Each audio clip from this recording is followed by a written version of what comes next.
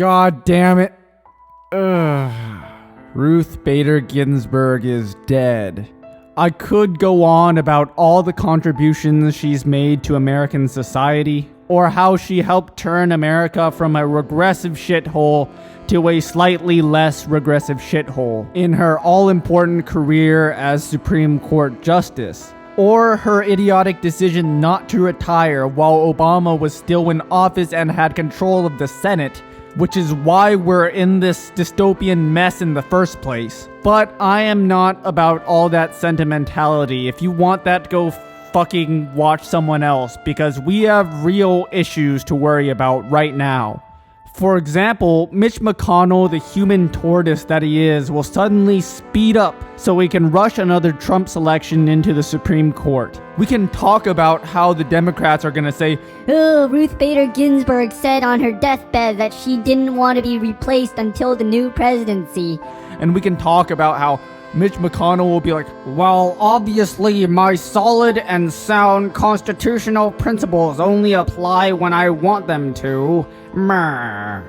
But here's the truth. I don't know why they even bother pretending to have principles or any of that shit, because we all know he's a corrupt politician. Even the Republicans know. There's very little we could do. Some Democrats might bring up a lawsuit citing some sort of conflict of interest. Because if the Supreme Court is first filled by a Trump pick, then we can obviously expect that it will be some sort of quid pro quo, like, "I'll nominate you only if you help me suppress all those black and brown votes." Basically, the three liberals plus John Roberts, who, because the Overton window has moved so far right, we have to call him a centrist by now, be outvoted by Trump's 3 justices plus 2 other conservatives, basically validating his voter suppression, thereby giving him the election in 2020. Because this is so obviously circular logic and a conflict of interest, Democrats might bring up some lawsuit, and that hopefully will delay the confirmation until it reaches the Supreme Court before Trump's nomination gets affirmed. In the unlikely chance John Roberts votes with the liberals, the 4-4 split will send the decision back down to the lower courts, and hopefully by then we've bought enough time for Joe Biden to at least clinch the election. By then, it will be obvious that the Democrats are finally declaring war against the Republicans, so Mitch McConnell will have very little trouble getting all the support he needs from people like Mitt Romney or anybody else to pass that conservative judge into the Supreme Court. So basically, in all scenarios, I see Trump's selection getting onto the Supreme Court. Whether it's sooner or later is how it's going to be decided. It's gonna be Ted Cruz, isn't it? Oh God, please no. Yep, it'll be him, alright. So what comes next is the question here. Well, first of all, you're gonna see riots. Riots like we haven't even seen before in 2020. Like, they'll probably dwarf the size of the Black Lives Matter protests. Now, that's going to happen regardless. Now, if Biden wins, I see those riots calming down once he takes office. But if Trump wins the election, that's when things are going to explode. The riots will get worse than ever before, and Trump will send in his military police to quell those protesters. The Supreme Court will rule in favor of Trump using the military police to fight its own citizens, and we will be on the road to fascism. Basically, I can think of 4 possible scenarios for how things will play out. Let's say that Trump manages to quell the crowds.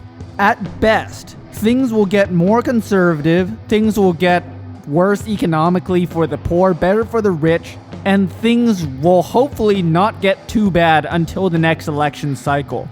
At that point, we will be in the same situation where we are now, except everything is worse. I don't think our elections are stable enough anymore to rely on accelerationist theory. So if Trump is able to keep the rioters down, we'll basically slowly crumble into fascism.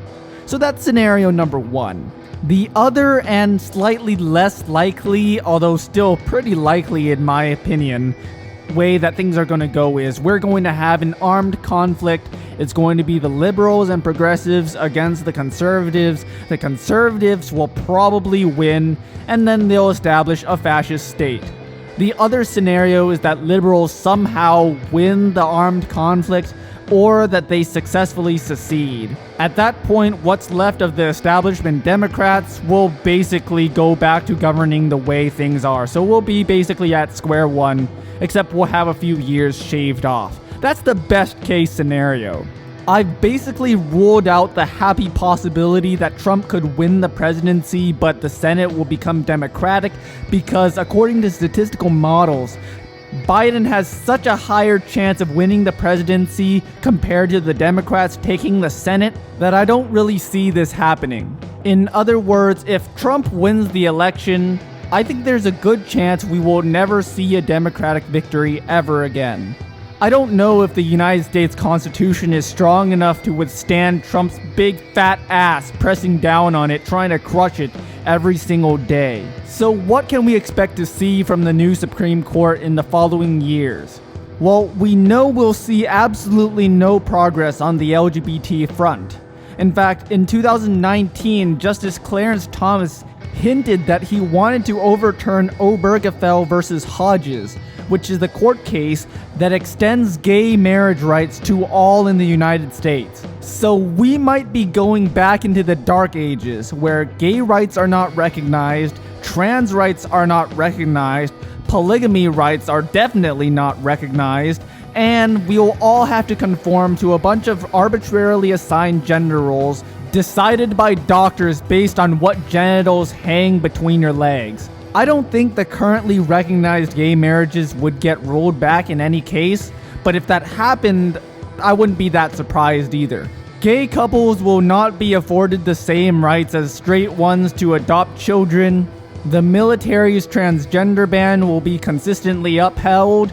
Any laws from liberal states requiring LGBT education in primary or secondary schools might actually get struck down, and basically will make so little LGBT progress that we might as well just wait for everybody in the population to become atheists. The next most obvious issue is abortion and women's rights. Before RBG died, Roe v. Wade was already hanging on by a simple thread. Once abortion is illegalized, we're gonna see some black market, underground, illegal abortion clinics popping up all over the place. It'll basically be like the war on drugs. They're gonna use it to oppress black and brown women who need it most, and they're gonna keep adding more and more prisoners to the already bloated prison industry. But at least there will be more women in jail, so equality? Are you feminists happy? I don't know. Planned Parenthood and a bunch of reproductive health services will take a huge hit, and abstinence-only sex ed will be introduced as part of the Christian public school curriculum once that gets okayed by the Supreme Court. But don't you worry, not only will women suffer from this, men will too. The all-male military selective service draft will be ruled constitutional again somehow, and with the Supreme Court's blatant disregard of bodily integrity in favor of religious principles, we'll be set back another couple decades in our endless fight against circumcision. Speaking of religion, elements of theocracy creeping into our public policy from the beginning of time will become even more commonplace. Guns. Those are not going away.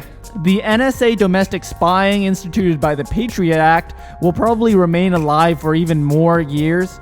Immigration. It seems unclear to me whether Trump's diversion of funds from the military and other places to continue building his wall will be ruled constitutional by the Supreme Court. But on the other hand, his Muslim ban, that will be upheld. We touched on voter suppression earlier in the video, and it seems obvious the way that will go. Healthcare. Well, what more have we to say? Obamacare is almost toast. For foreign policy, the Supreme Court will be very hawkish. They will allow Donald Trump to conduct any airstrikes he wants on any targets he wants without congressional approval. But I can see the liberals winning this one if enough conservatives decide to actually read the Constitution for once. Basically, the only social policy that I would see coming out of the Supreme Court that would be in any way seen as good by me is a ruling against the legality of affirmative action. Maybe they'll rule against social media censorship, which would also be a win, but even then, I expect that they'll find some way to fuck it up. So, given all these stakes, how would we go about trying to regain control of the Supreme Court? Well, one way would be to remove some Supreme Court justice from the bench. Probably Brett Kavanaugh, because he's kind of a rapist, probably. But given that requires a supermajority in the Senate, I don't see that really happening. The other way is for liberals to hire out Deadshot for a job. But given that's not happened in the past 4 years, that's probably not going to happen in the next 4 years either, unless we're already at the point of armed conflict, in which case, well, we already discussed what would happen in that scenario. The other way is for Democrats to pack the courts with more Supreme Court justices. Now, that'll be pretty hard to accomplish given how ideological some Democrats are.